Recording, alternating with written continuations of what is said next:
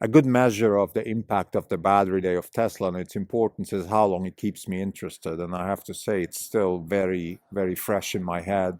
I keep thinking about it. I keep developing new ways to think about it.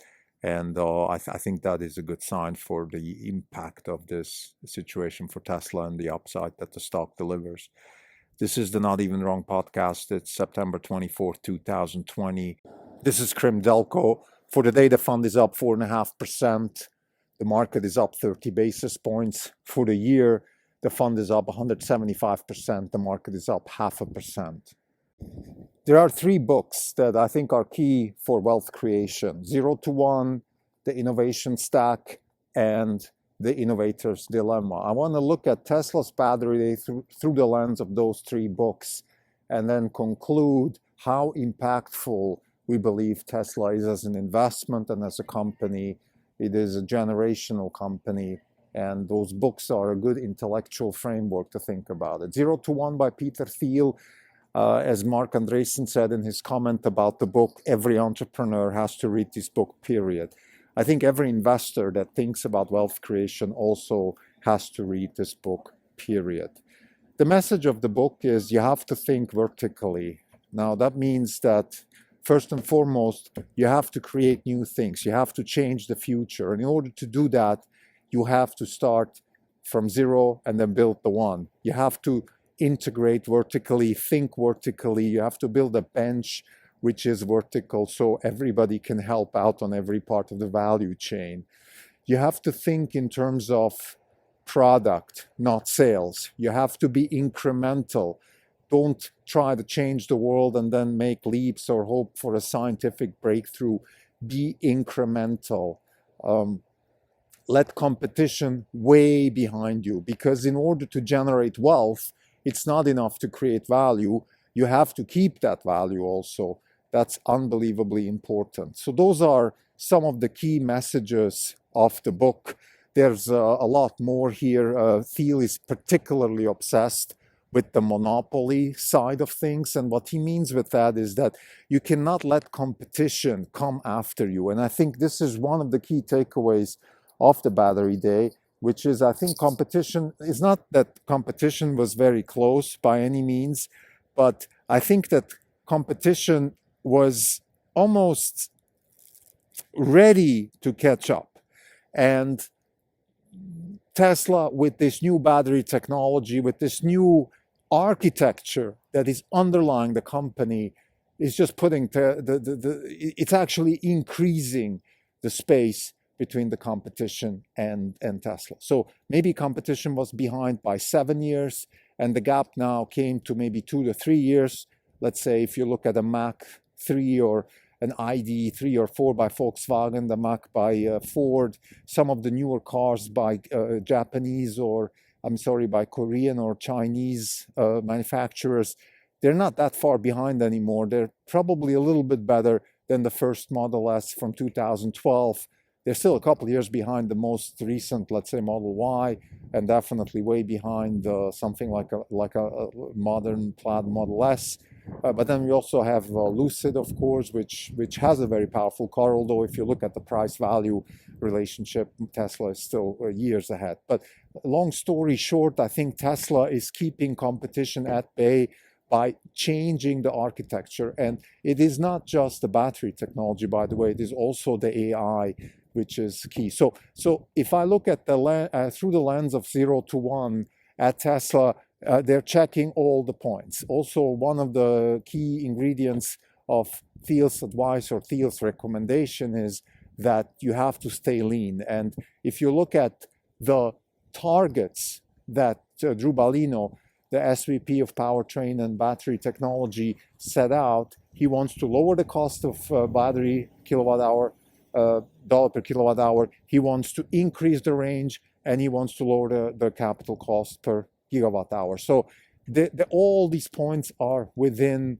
that concept that Thiel set out in 0 to 1. Now, I don't believe that. I don't know if Elon Musk actually read the book and then developed a strategy according to the book. I don't think that happened. Probably what Thiel came up with was an experience that he had together with Elon Musk because they worked together at PayPal. So I think this is not a coincidence, but I just want to say that wealth creation is fundamentally rooted in the concepts of 0 to 1, and Tesla is following all those strategies that, according to Thiel, lead to wealth creation. So this would be the first step in the right direction, and the first of the 3 books that I think are absolutely necessary for wealth creation.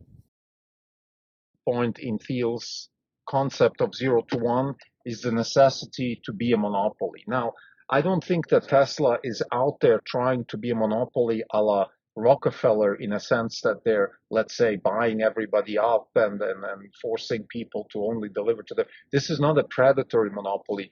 This is the kind of monopoly that technology and the future brings with it, and that is the monopoly, let's say, that Amazon has created also, or Google.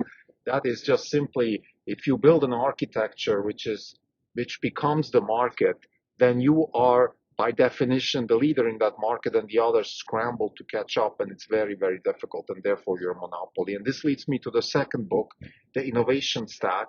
The Innovation Stack is, like 0 to 1, absolutely essential. It explains the concept or the idea of building through iteration. And I think that's another thing that Tesla is mastering at, or Elon Musk as a CEO, because he's doing the same thing in all his companies, not just with Tesla. What does that mean? It means that you start with a problem. And the problem, for example, with Tesla is that they need a lower cost battery. And they solve certain problems to lower the cost. For example, they change the chemistry of the battery. Or actually, let's be even more basic. They want to increase the diameter of the battery and the length. So more volume per battery cell gets you more density. The question now is, how do you solve the thermal problem which arises from a larger volumetric battery? And what they did is they came up with an ingenuity solution, which is a tabless battery. And I understand, quite frankly, don't understand the details of this, but needless to say that they had to iterate, try and fail, and finally they delivered something which they believe can work. Another example is when they bought Maxwell Technology. According to Elon Musk, the technology was in the proof of concept phase. The dry coating of one of the parts of the battery, the anode or the cathode, I don't quite remember. One of those, it has to be dry coated, and the materials that are used are put in powder and then basically rolled into a foil, and there is no liquid coating, and that just in itself saves a lot of capital investment and time.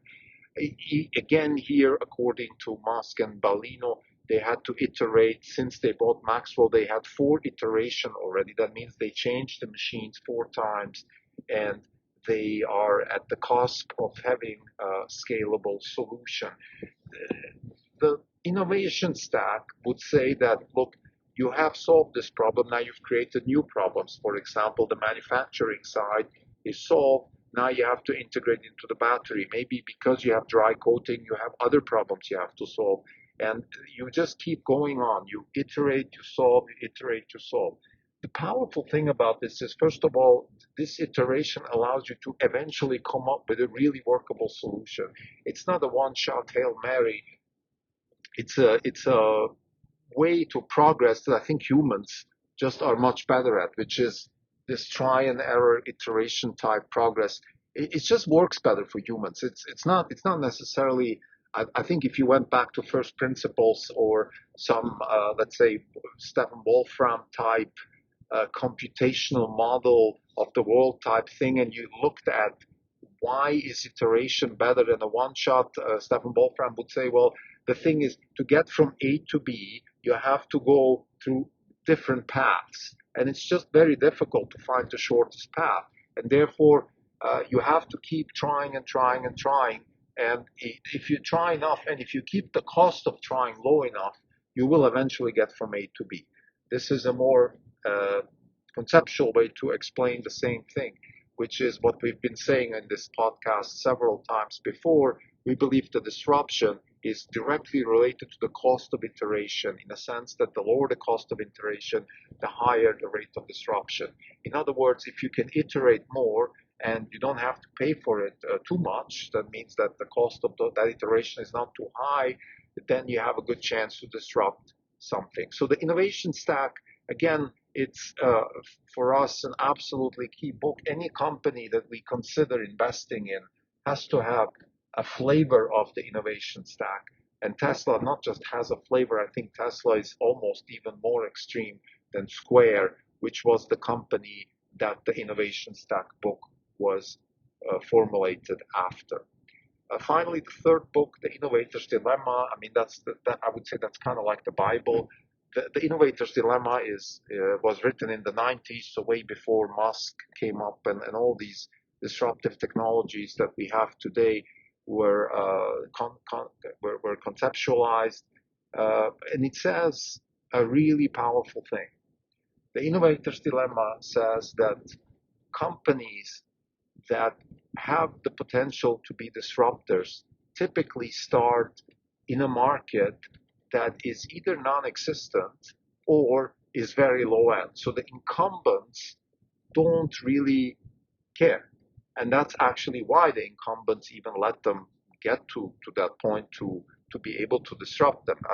In other words, if you take somebody like Daimler, for example, Daimler actually had a stake in Tesla. And you can ask yourself several questions here. For example, you can ask yourself, of course, why did they sell that stake? But more importantly, you could ask yourself, why did they even help Tesla, or why did they not destroy them? I mean, this is clearly a very dangerous company for somebody like Daimler.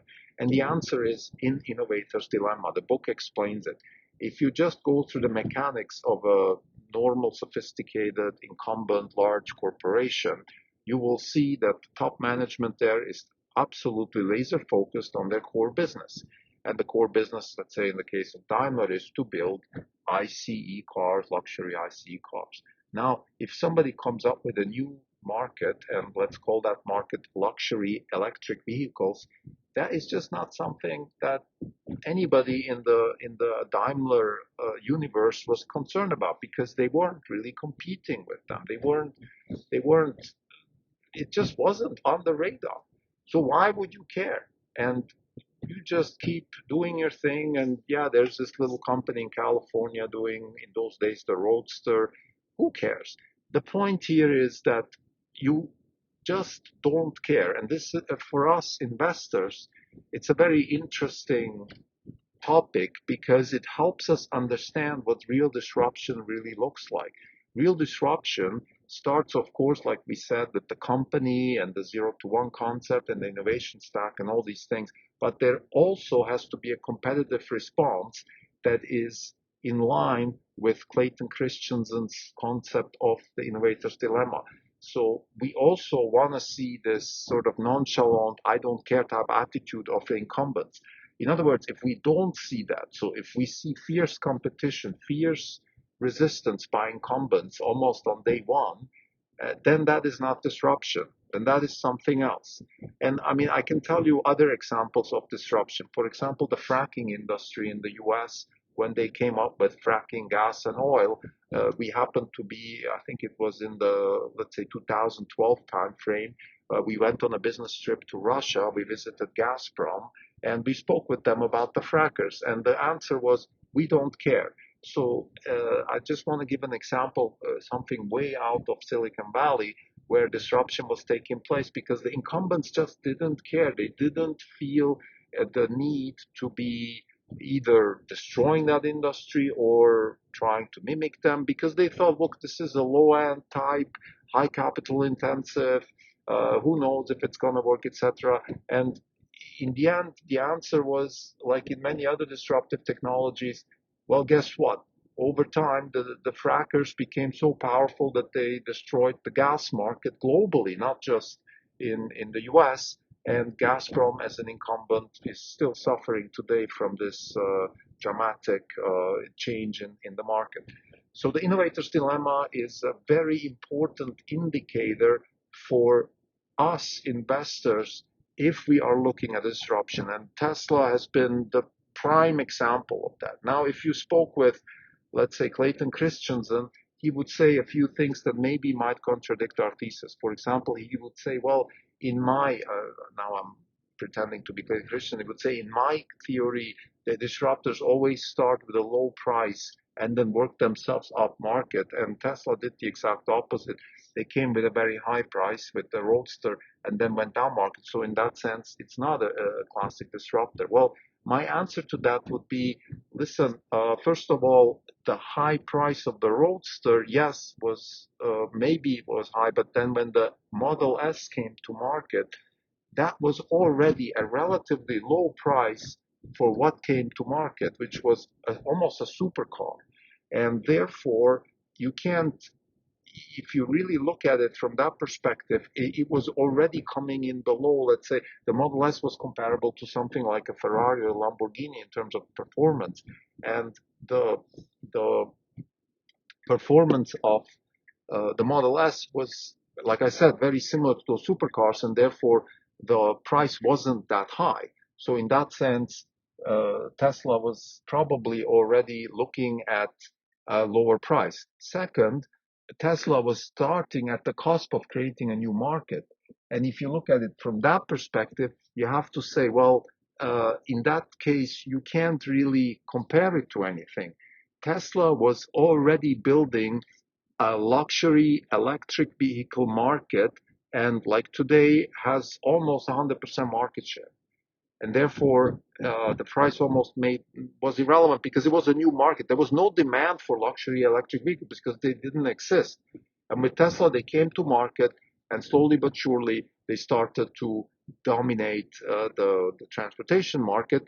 And the bad news for the incumbents is that, of course, the luxury electric vehicles is a complementary product. So you buy that, you don't buy an ICE vehicle, and therefore ICE vehicles are declining.